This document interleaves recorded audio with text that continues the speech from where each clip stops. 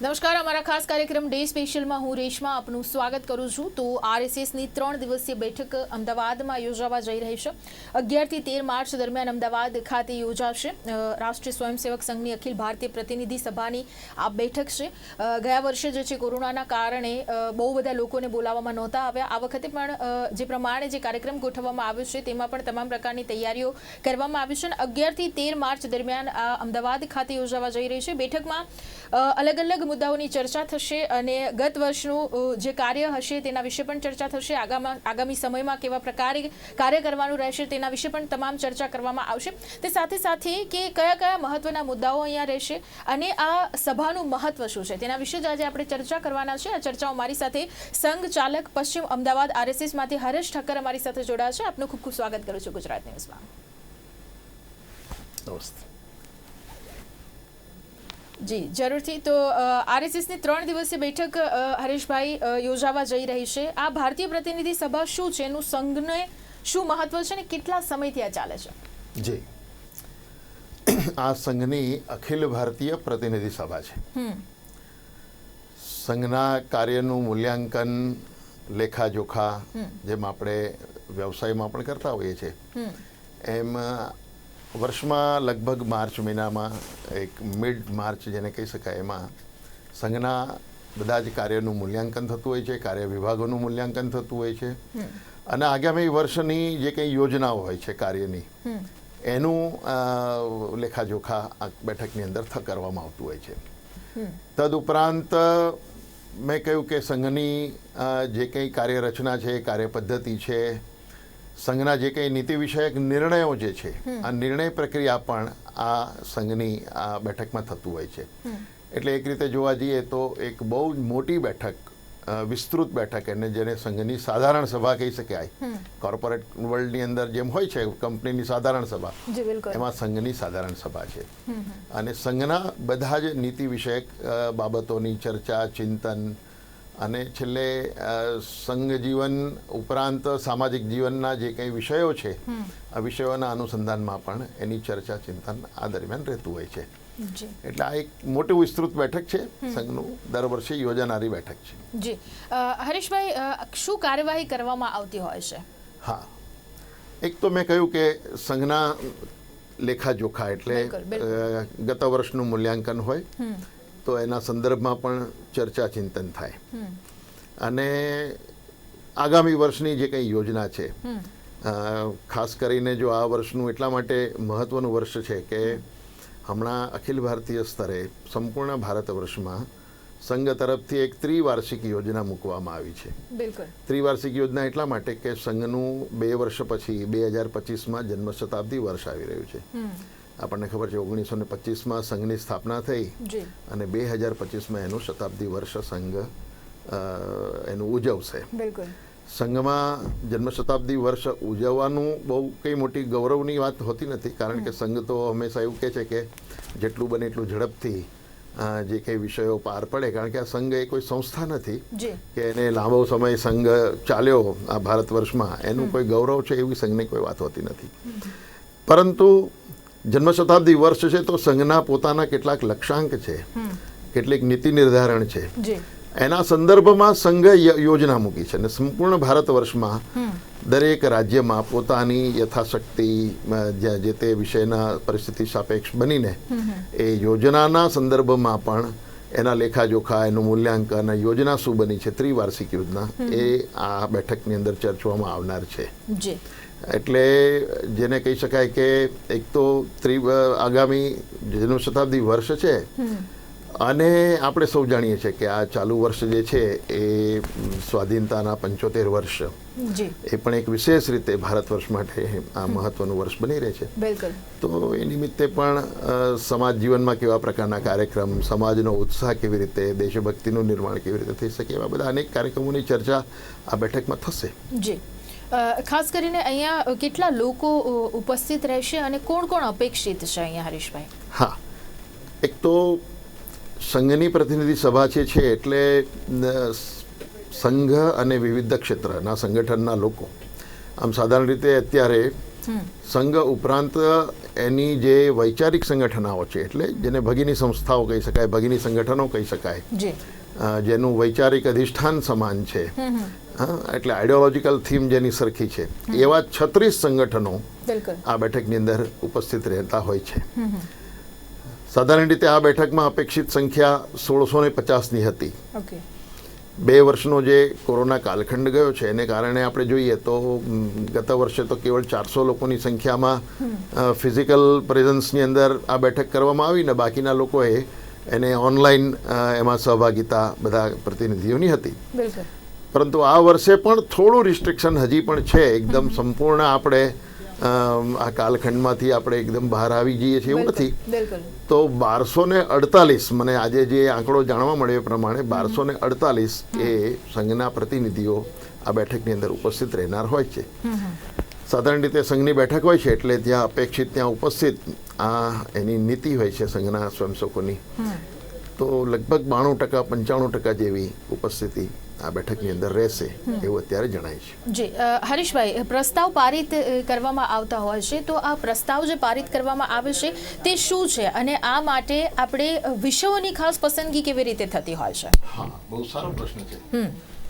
એક તો સંઘ પોતાની કાર્યપદ્ધતિનું મૂલ્યાંકન તો કરે છે, પરંતુ એની સાથે સાથે સંઘ કેવળ પોતાના સ્વકેન્દ્રિત વિચાર ન કરતા સમાજ જીવનની જે કંઈ સંવેદનશીલ અવસ્થા છે એનું પણ ચિંતન એ સંઘના લોકો કરતા હોય છે. બિલકુલ.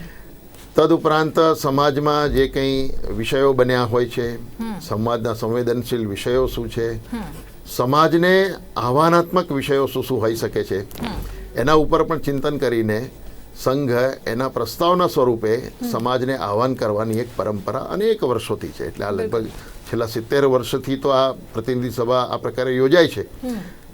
દર વર્ષે 2, 3, 4ની સંખ્યામાં આ પ્રકારે પ્રસ્તાવ પારિત કરતા હોય છે. હવે આ પ્રસ્તાવ એ કેવળ સંઘે મૂકેલી કોઈ ચિંતા કે ચિંતનનો વિષય છે એટલું પર્યાપ્ત નથી.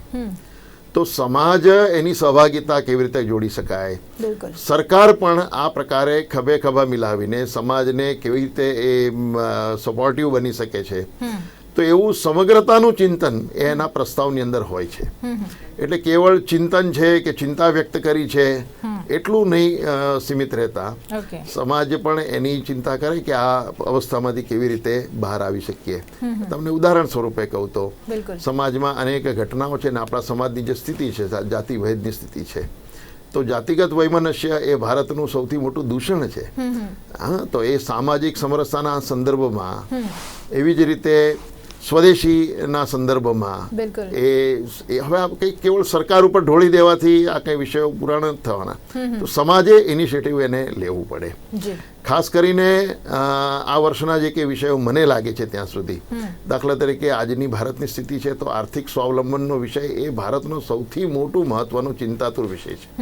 આપણને ખબર છે જે દેશો અત્યારે યુદ્ધગ્રસ્ત છે અને યુદ્ધગ્રસ્ત સ્થિતિ હોવાને કારણે જેની સ્વાવલંબનતા એ અત્યારે દેખાતી નથી, એવા પશ્ચિમના અનેક દેશોની આ પીડા છે. બહુ સૌભાગ્યથી 2014 પછી ભારતનું જે કંઈ સિનારીઓ ચેન્જ થયો છે રાજકીય દૃષ્ટિથી પણ, તો એક સક્ષમ નેતૃત્વને કારણે ભારતનું આર્થિક સ્વાવલંબન ઘણું બધું વધી રહ્યું છે. અને એને કારણે જ ભારતને પોતાની આર્થિક નીતિ નિર્ધારિત કરતા એ દુનિયાના બીજા દેશો કરતાં વાર નથી લાગતી. અને આપણે ખૂબ એ પ્રકારે બહુ પ્રોગ્રેસિવ મોડની અંદર હજી આપણે છીએ. હજી પણ નાના લઘુ ઉદ્યોગો, MSME સેક્ટર, એને વધારે કેવી રીતે બળવાન બનાવી શકાય, સક્ષમ બનાવી શકાય, આ એક આજનો આર્થિક જગતનો વિષય છે. એટલે મને લાગે છે કે આવા વિષયોની ચિંતા પણ આ પ્રકારની બેઠકોમાં કરવામાં આવતી હોય છે. એના ઉપર ચિંતન થાય, સમાજને આહ્વાન થાય, સરકારનું પણ ધ્યાન દોરવાનું કામ થાય, એવી રીતે સમગ્રતાનો વિચાર કરીને આનો વિષય આની અંદર લેવામાં આવતું હોય છે. કેવળ ચિંતનાત્મક વિષય કે ચિંતાના જ વિષયો આની અંદર હોય છે એવું માનવાને કારણ નથી. કેટલીક પ્રશંસાત્મક વાતો છે, સરકારની હોઈ શકે, સમાજની હોઈ શકે, સમાજનો પોતાનો કંઈ અભિગમ બદલાયો હોય, એક આમૂલ પરિવર્તન સમાજની અંદર જો દેખાવા મળ્યું હોય તો એને પણ બિરદાવીને એને પણ એનો પણ આવિષ્કાર કરવાની એક સ્વસ્થતા એ સંઘ આ પ્રકારની બેઠકોમાં રાખે છે. અને પ્રશંસાત્મક પણ કેટલીક વાતોનું પ્રસ્તાવના સ્વરૂપે એ સમાજની સામે મૂકતા હોય છે. જી તો આ એક સંઘનું જે ચિંતન છે અને આહવાન છે એ બંનેનો સમગ્રતાનો વિચાર એ આના પ્રસ્તાવની અંદર હોય છે. જી, તો હરીશભાઈ, અહીંયા સામાજિક મુદ્દાઓ આપણે કયા જોઈ શકીએ છીએ, એ આશા વ્યક્ત કરી શકીએ કે એ વિષય ઉપર ચર્ચા થશે? કારણ કે સામાજિક રીતે આપણે જોઈએ, આપણે ભારત દેશ સંસ્કૃતિ અને સંસ્કારનો બનેલો ભારત દેશ છે, અને તેમાં અત્યારે સામાજિક રીતે પણ આપણે જો રાજ્ય સ્તરે વાત કરીએ કે દેશ સ્તરે વાત કરીએ તો સામાજિક મુદ્દાઓ ઘણા બધા અહીંયા અત્યારે ઊભા થયેલા છે. તો એ કયા કયા મુદ્દાઓ હોઈ શકે છે ચર્ચાના? બિલકુલ સરસ.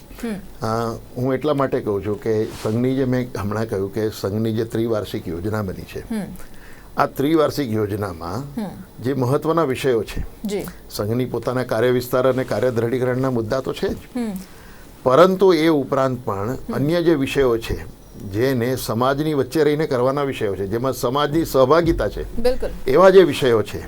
એટલે એક તો એ છે પ્રબુદ્ધ શક્તિની સહભાગિતા. આ દેશનો આ સમાજમાં લોકોને ખૂબ સજ્જન શક્તિ ખૂબ છે, પરંતુ સજ્જન શક્તિને રાષ્ટ્રીય અર્થની અંદર કેવી રીતે વાળી શકાય છે?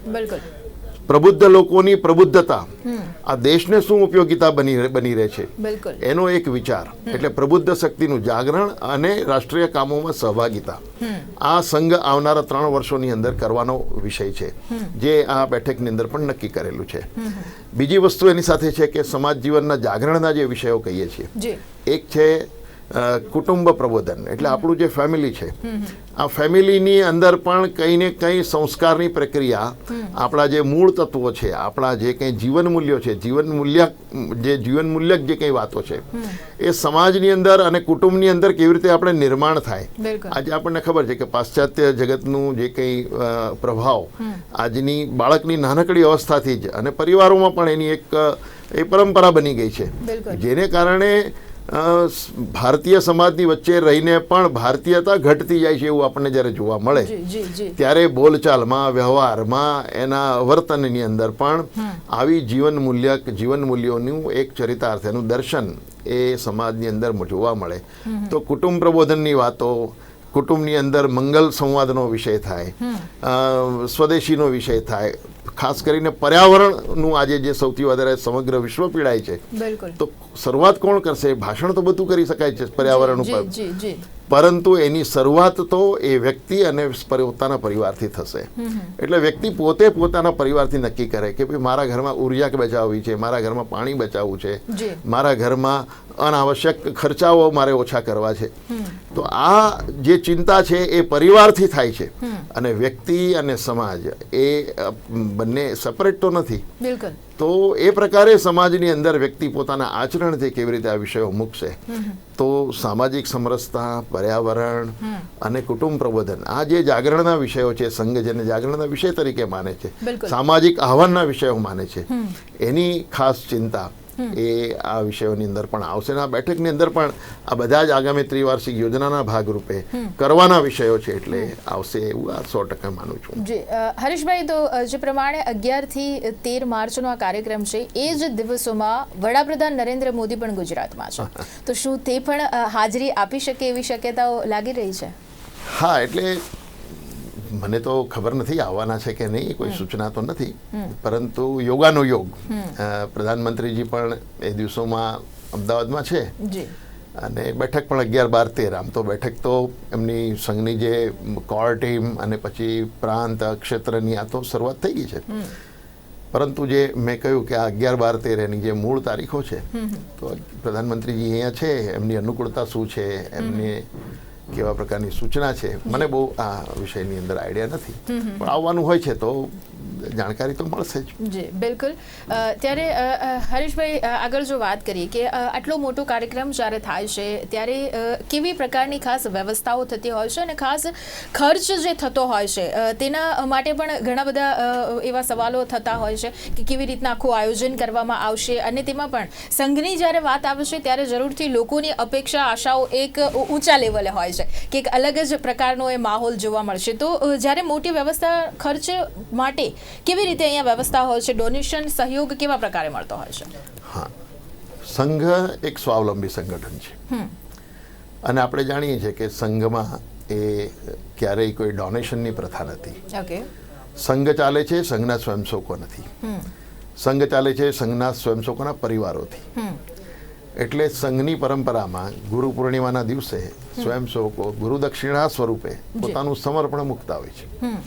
આ સમર્પણ જે ધનરાશિના સ્વરૂપે હોય છે એ જ સંઘનું આર્થિક ભંડોળ હોય છે અને એમાંથી જ સંઘ પોતાના ખર્ચ કાઢતા હોય છે.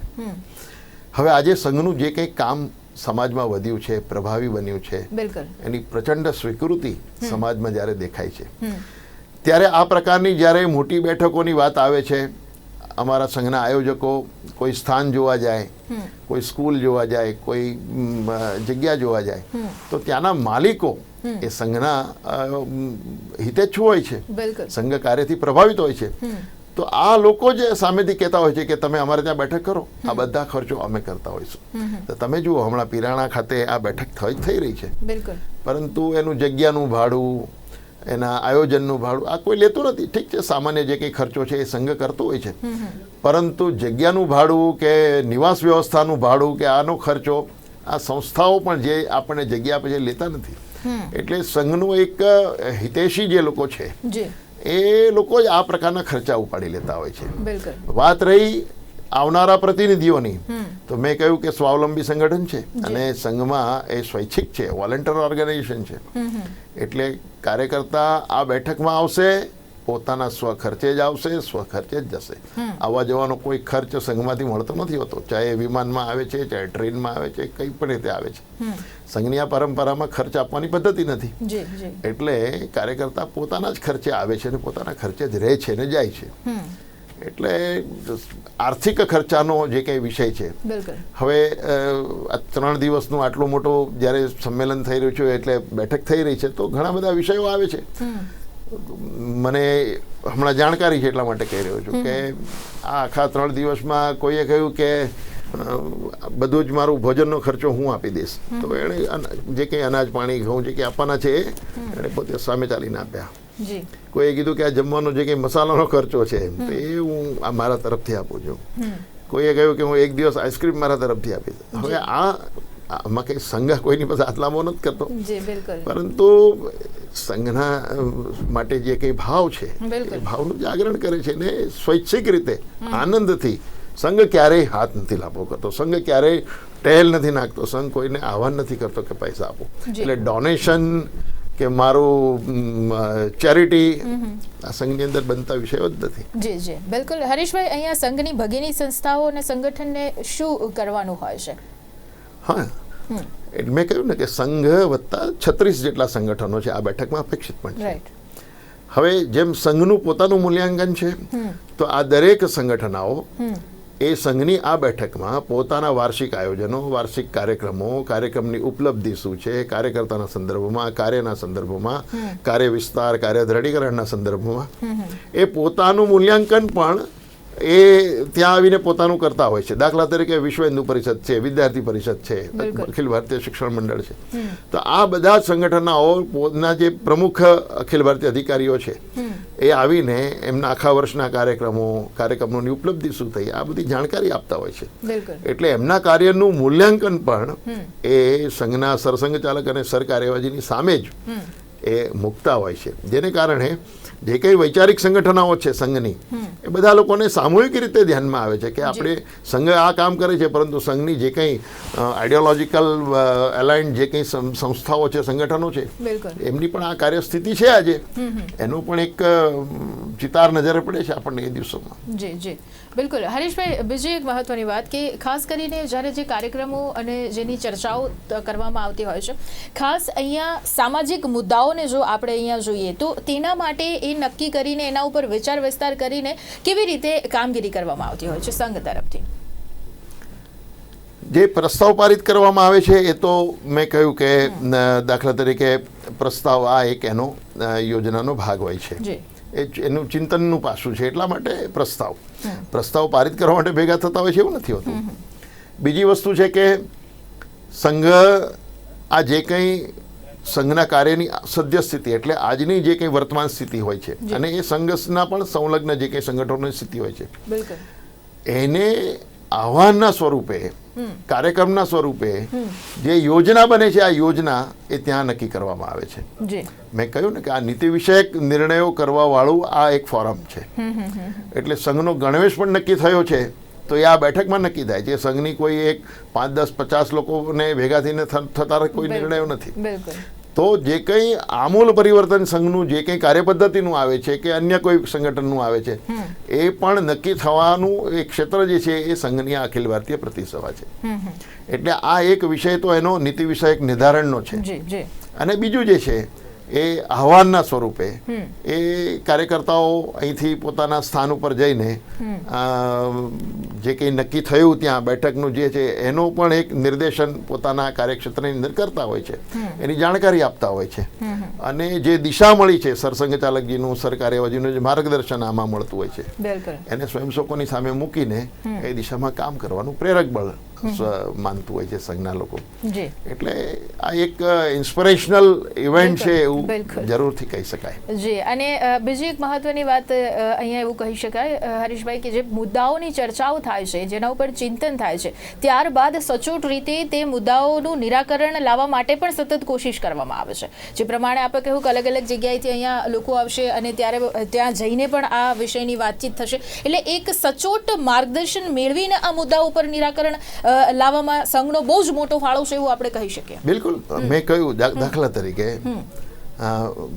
આપણે આમ સૂત્રાત્મક રીતે જોઈએ, બેટી બચાવો, સ્વદેશી જાગરણનો કોઈ વિષય આવે, બેટી બચાવો વિષય આવે, મોબ લિન્ચિંગ હમણાં 2 વર્ષ પહેલા જે ચાલ્યું, બહુ મોટું ચાલ્યું, ચર્ચાનો વિષય હતો. તો સંઘ શું કરશે? સંઘ કેવળ આ નહીં થવું જોઈએ આટલી વાત નહીં કરે, પરંતુ આ નહીં કરવું જોઈએ. તો એ પ્રકારે સમાજની સુરક્ષાની ગેરંટી શું, સમાજની સુરક્ષાની ચિંતા કોણ કરશે?